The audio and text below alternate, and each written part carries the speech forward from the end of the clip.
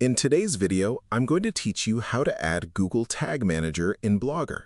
This process will allow you to connect your blog with a powerful tool that helps you manage tracking codes and improve how you understand your visitors. I'll walk you through everything in a clear and simple way so you can follow along without confusion. To get started, open your Google Tag Manager account and locate the container you want to use for your site. This container acts as the central hub where all your tracking tags will be managed. Once you've selected the correct container, move to the top right area of the screen and click on the container ID. When you do this, a window will appear showing two important code snippets. These snippets are essential because they allow Tag Manager to run properly on your website. Now that you have access to the codes, switch over to your Blogger dashboard. On the left-hand side, find and click on the Themes section. This is where your blog's structure and layout are controlled. On that page, look for the small arrow next to the Customize button. Click it to reveal more options, then choose Edit HTML. This will open the code editor for your theme.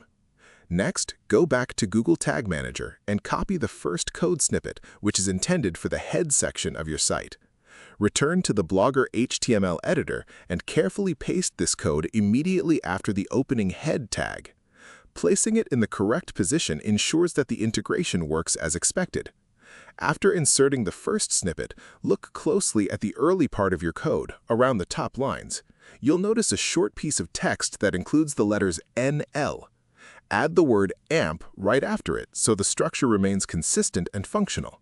This small adjustment helps maintain the proper formatting of your theme. Now head back once again to Google Tag Manager and copy the second code snippet.